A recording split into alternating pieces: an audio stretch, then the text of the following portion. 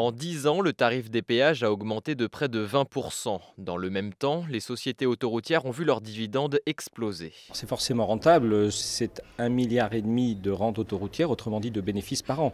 Pour un chiffre d'affaires de 8 milliards, 1,5 milliard de bénéfices, c'est quand même pas mal.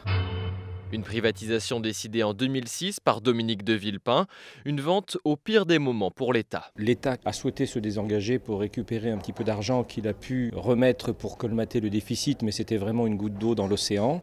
Si l'État était resté actionnaire majoritaire, il aurait commencé à toucher les dividendes qui lui auraient permis peut-être de financer justement ces infrastructures routières. Une vente qui rapporte 14,8 milliards d'euros, c'est 10 milliards de moins que l'estimation de la Cour des comptes.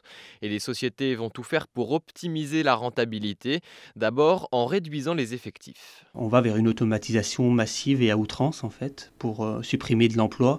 On était à peu près 20 000 avant la privatisation, on est maintenant à peu près 14 000, donc on a perdu 6 000 salariés, ce qui représente environ 30% de la masse salariale. Autre façon de rentabiliser, travailler en circuit fermé lorsqu'il faut entretenir le réseau autoroutier. Quand ce sont des sociétés autoroutières concédées à Vinci, les marchés sont passés avec des filiales de Vinci, voire avec des filiales d'Eiffage. Et quand on est avec une société autoroutière Eiffage, les marchés sont passés avec des filiales d'Eiffage et d'autre part avec des filiales de Vinci. En avril 2015, l'État et les sociétés d'autoroutes ont conclu un nouvel accord. 3 milliards d'euros d'investissement payés par les sociétés en échange de 2 à 4 ans de concessions supplémentaires.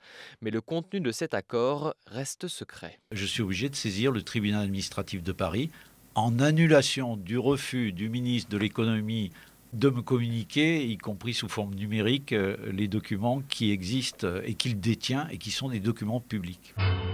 La justice a donné raison à Raymond Avrillier, mais le ministère a décidé de se pourvoir en cassation pour conserver le secret sur cet accord.